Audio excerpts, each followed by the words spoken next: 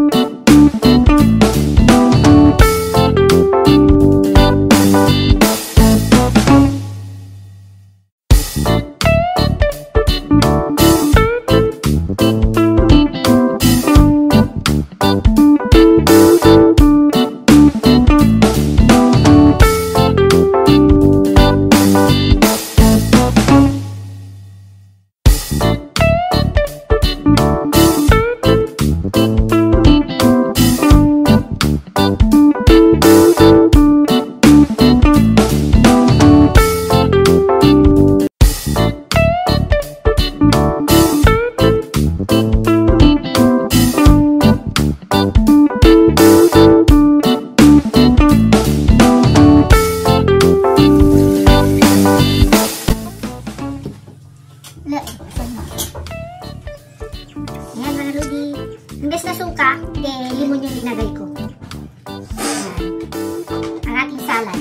Gutom kami. So yan lang na ready. So doon tayo, pati sa pagdadrive ni camera woman, nasabay ako eh.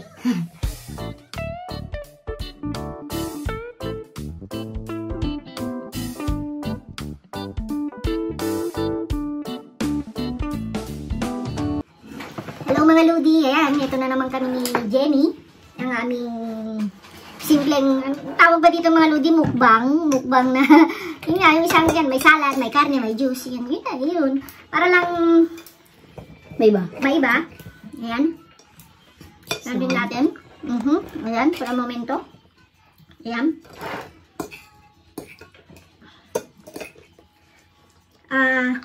anong question, B, na sinasabi mo? Okay. May isa kang subscribers na nagpapatanong if paano ka daw nakapunta sa Madrid? What are the process? Asan? Kung paano ka daw nakapunta dito sa Madrid. Okay. And then, kung ano yung ginawang proseso para nagka-papel ka. Kung paano makapunta dito. So, ideas. Mga Ludi, Kwan. Nakapunta ako dito kasi hindi naman ako direct na pumunta dito eh. Pumunta ako ng Denmark as nanny. Au pair. As au pair, yun. 2007. September yun. September 29, 2007 ang flight ko papuntang Copenhagen. Yun. Taas ko na lang at medyo baba. Ayan.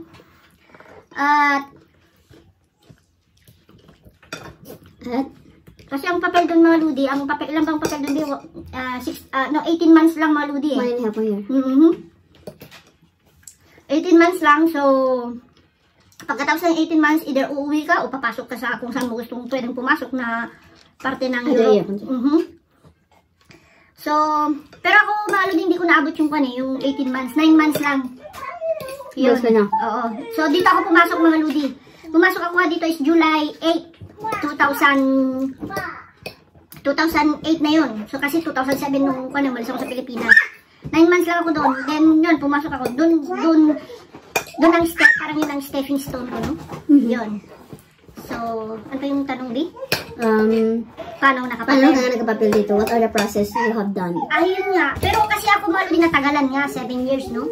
Kasi nga, ang proseso para makapapel ka dito is 3 years. Yung sinasabi namin sa huling mukbang namin ni Jenny is 3 years. Aray ko yun. Yun yung loan nila. Pasensya na may yung anak ko. 3 years. Kailangan 3 years na nandito ka sa Madrid.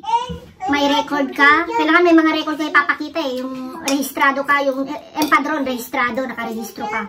Yan, yung mga, basta mga lahat ng resipo mo, ipunin mo. Remittances. Remittances, yun. Yun para proof na nandito ka in 3 years para yun yung magagamitin mo para makapapel ka eh. Kasi kahit nandito ka ng 3 years, kung wala kang mga proof, wala 3 years ka na. So, yun. And the number one important thing, yung amo. At saka amo, napipirma sa'yo, mga lodi, yun. Yung hiling magpirma sa'yo. Yun yung... For the contract. Basta yung mga lodi, pumunta ako ng Denmark, after 9 months, pumasok ako dito. Then, naghintay ako ng, in realidad, 3 years lang, pero natagalan, 7 years bago ako nakapapel, nakauwi. Yun yung proseso, mga lodi, 3 years. Do you want to share? Why is it too long? Hindi na rin siguro. Hindi na kasi... Necessary. Kasi mga lodi, just make it short na lang, no? Para hindi masyadong mahaba. Kasi noon mga lodi, kailangan may bahay na nakarehistro ka. May, ang tawag doon, at naka-empadron. Kalimbawa, si Jenny, naka-empadron dito sa bahay dati. Yun kasi yung start. Yun yung start. So, counting. ako matagal na hindi ako nakarehistro. Nasayang yung 1 taon ata o 2 taon kasi nga mga lodi, not all gusto kang i-rehistro sa kanilang bahay yung address nila, hindi lahat. So, mahirap. Kaya yun yung isang dahilan kung bakit ako natagalan. Yung isa is wag na nating ikuha mga lodi dahil medyo personal na yun. So, wag na nating hungkating kasi nakaraan naman na yun. So, ang mahalaga okay na. Okay. Yun, basta after 7 years mga lodi, doon lang ako nakapapel. Medyo yung proseso ganun lang naman din. 3 years. Kailangan nakarehistro ka, may proof na mga resibo. Lahat ng nakapangalan sa'yo, yun yung ipapakita mo. At saka, importante amo. Yun. Yun lang. Yan yung pagtanong. Ayaw magpakita kayo ni Jenny, mga lodi? Hagod kasi ako from work, guys. So, I'm a little bit haggard. Haggard daw siya. Galing ako trabaho. So, si ate na lang muna. Well, it's your account, so. Ano ba yung other question? Paano mo na kinuha yung mga anak mo? That's another question that they asked. Yun nga. Dalawa lang naman akong tanong. Yun yung magandang tanong, mga lodi. Paano ko nakuha yung mga anak ko? Siyempre, nakapapel na ako, mga lodi. Una kasi dito, pag nakapapel ka is, yung papel mo is valid 1 year. Then, after 1 year, magre-renew ka 2 years. So, tsaka mo lang makukuha yung anak mo, asawa mo, o nanay mo, magulang mo. Pag 2 years na yung papel mo. Family lang. Oo, yun lang mga lodi. Ang makukuha lang mga lodi, parents, husband, wife, and yun mga anak. Mga kapatid, isa pa, makukuha mo, pero parang hindi ko alam kung paano kasi hindi parang mahirap din. Kailangan na ata may pera, ganyan sa bangko. May so money. So, yun mga lodi, kinuha ko yung mga anak ko nung ang papel ko is 2 years na. And kailangan mga lodi may bahay na nakapangalan sa akin. Yun yung pinakamahirap na ginawa ko. Kasi mahirap din yung hello! Sorry guys. Yun yung pinakamahirap na proseso yung kukuha ka ng bahay kasi hindi basta-basta makakakuha ng bahay dito na yung trabaho mo bahay. Halos ang kinukuha nila yung may nomina. Nomina is, ano yung English ng nomina? Walang idea ko siya. Parang, basta yung... normally yung mga resto. Oo, yung mga, parang ako ba yung resto. So...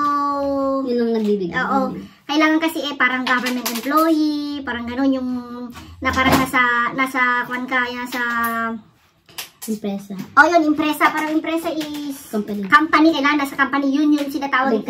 Company. So, yun yung sinasabi nilang nomina. Nakikita yung sahod mo. Parang gano'n. Ang bahay, subahay ka nga lang. Pero okay lang naman din yung bahay. Pero sa awan ng Diyos, mga lodi, nakuha ko naman. Mabait yung may-ari. Nakiusap ako. At yung partner ko, ginaranturan niya ako. So, nakiusap din. Kasi nga, hindi rin basta-basta talaga. Kasi ang mahalaga din mga lodi is pangalan mo yung bahay. Yun yung pinaka-importante at walang ibang nakarehistro sa bahay na yun kung hindi lang ako. Kasi nga, kukunin ko yung dalawang anak ko So, yun yung importante kung bakit sila nakuha nun. In that time kasi mga lodi, process pa ang aking nationalidad, yung Spanish citizenship. So, pag Spanish citizenship ka kasi mga lodi, nakunin mo yung mga anak mo pa. Sa pagkakaalam ko, hindi na kailangan ng bahay. Kasi Espanyol ka kailangan, kunin mo na lang. Pero that time, mga lodi, hindi pa lumabas ang result. So, dumaan ka talaga sa butas ng karayom. Dumaan talaga ako sa butas ng karayom, naghirap, nag-work ako mga lodi ng Sabado, Linggo para lang ma-cover up ko yung kailangan. Tawag nila sa akin, Wonder Woman o Kuratsa. Diba, yung walang pahinga. Kasi gusto ko silang makasama mga lodi Yung umuwi ako 2013, yun ang first na uwi mo? Oo, then umuwi ako 2018, nung kunin ko na lang, diba? Ang haba-haba. So, kahit papano mga lodi, yung paghihirap ko naman yung mga yun worth it. Worth it. Prinemyuhan ako ni Lord lahat. So, yun mga lodi. Ganun lang naman, bahay. Din kailangan ang papel mo dito 2 years. So, nag-i-stall. Kasi pag 1 year lang muna yung papel mo, wala pa. Hindi pa valid. So, yun. So, yun mga lodi, ganun lang naman. Kasimple pero mahirap yung mga pinagdaanan, kumbaga. Pero may matanong kasi galing from Philippines, kung pwede daw. For now kasi guys, sarado. Kung tinatanong yung mga lodi, yung Pinas to here, nalimba gusto nyo talagang mag-apply. Sa ngayon mga lodi, malabo. Sarado ang offer. Sarado. Kasi nga sa pandemic. Sa pandemic, tsaka matagal ng close. Basta ang makuha lang mga lodi, family. Husband, wife, parents, and mga anak. Hindi ko rin alam ng mga kapatid, pero makukuha mo mga kapatid, mga lodi, halimbawa kung tulad ko, citizenship, pwede, pero kailangan may proof ka na kaya mo siyang magbabayad ng insurance. Insurance, lahat. Pero maraming proseso, mga lodi. Dami ka susunod. Oo, parang ganun din. So, parang mahirap na madali. Pero sa ako ng Diyos, mga lodi, nakaya naman. Nakaya naman. In 13 years ako, no? 13 years ako sa Madrid. Di ba kasi nga, sabi mo sa self mo, uwi ka ng Pinas, pagbalik mo ulit sa Spain. Mga lodi, kasi nung unang uwi ko 2013, pinangako ko sa sarili ko, sa tatay at nanay ko, na hindi ako babalik ng Pilipinas hanggat hindi ko sinusunod yung mama ko. Yun yung pinangako ko talaga sa kanila at sa sarili ko. Tinupad ko. So, medyo matagal man, pero work. Say hello! Yan. So, work naman mga lodi. Kaya yun yung mga paraan na kung paano ako nakapunta, paano ako nakapapel, paano ko nakuha yung mga anak ko. Ayan, so, pero yung mga gusto mga lodi na pumunta dito direct, for now, close. Kaya, yun. Ayan mga lodi, sana nagustuhan nyo yung kunting Q&A namin ni Jenny, simpleng mukbang, ayan, para ma-share ko kung paano ako nakapapel, nakapasok, at paano ako nakuha yung mga anak ko. Ayan mga lodi, bago ako mag-shoutout, ayan, so ito'y napanood ko lang sa ating kakalkal Jess, yung isa ring diver dito sa Madrid, Spain. Ayan, lalabas po siya dyan sa screen.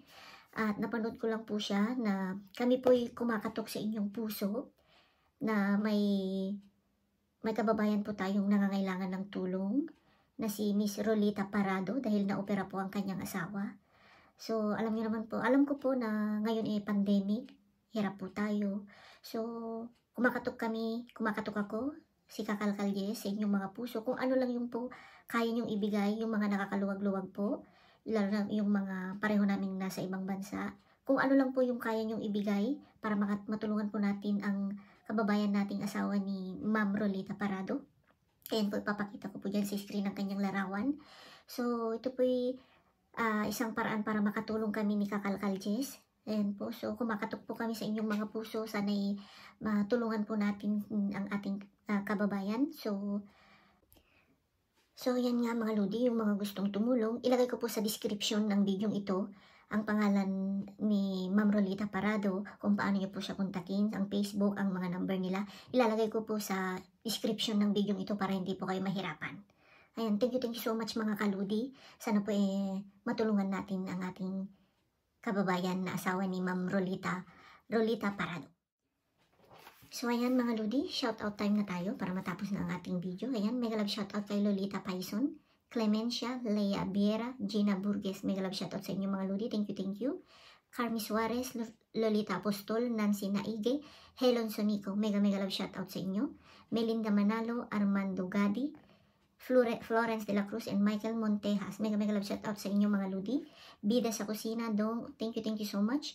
Missy Crom, Lani Binagatan, Rodalyn the Great, thank you so much mga Ludi sa suporta.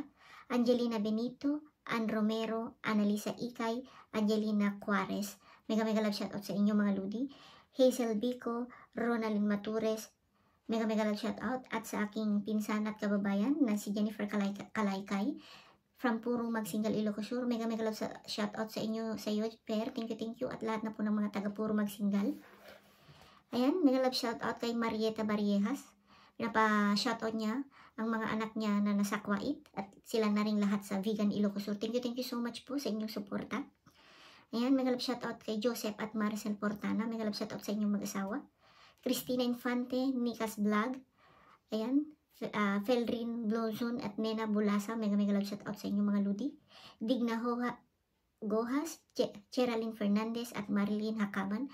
Mega love shout out. At sa lahat ng gustong magpa-shout out, sa comment section lang po mga Ludi para may list ako para sa susunod na video, yung magpapabati ng mga my birthday. Ayan, at happy birthday sa manugang ni Ma'am Lolita Francisco na taga Calvario, May Kawayan, Bulacan. Happy birthday sa manugang niyang si Mikel Soto sa April 29. Ka-birthday niya ang aking papa. Advance happy birthday Mikel Soto. Yan, galing na rin sa akin at galing kay Ma'am Lolita Francisco. Yan. At Rehinas Vlog. Ayan, mega love shoutout sa iyo. Ako daw ang Itlog Queen. Thank you so much. Ayan, mega love shoutout kay JR Constantino. Hello JR, thank you. Kapatid ni Rose Ann Constantino, pinapanood daw niya ako. Si JR is 4 years old. Oh wow, ayan.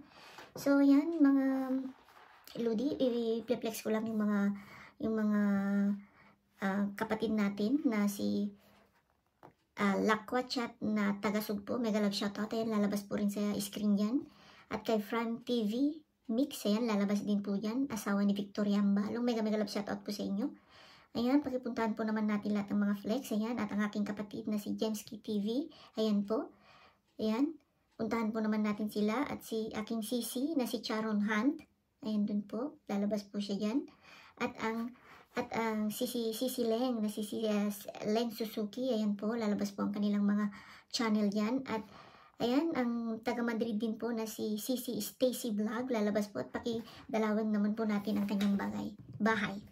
Ayan mga Ludi, hanggang dito na lang ang ating simpleng video for today dahil hindi ako nakadive dahil may work ako at isa napakalakas ng ulan. So sana po panoorin nyo pa rin kahit hindi diving. Ayan, thank you so much mga Ludi sa suporta. Sana po hindi kayo magsawa. At yan mga Ludi, keep safe everyone and God bless us all. Bye! Mwah!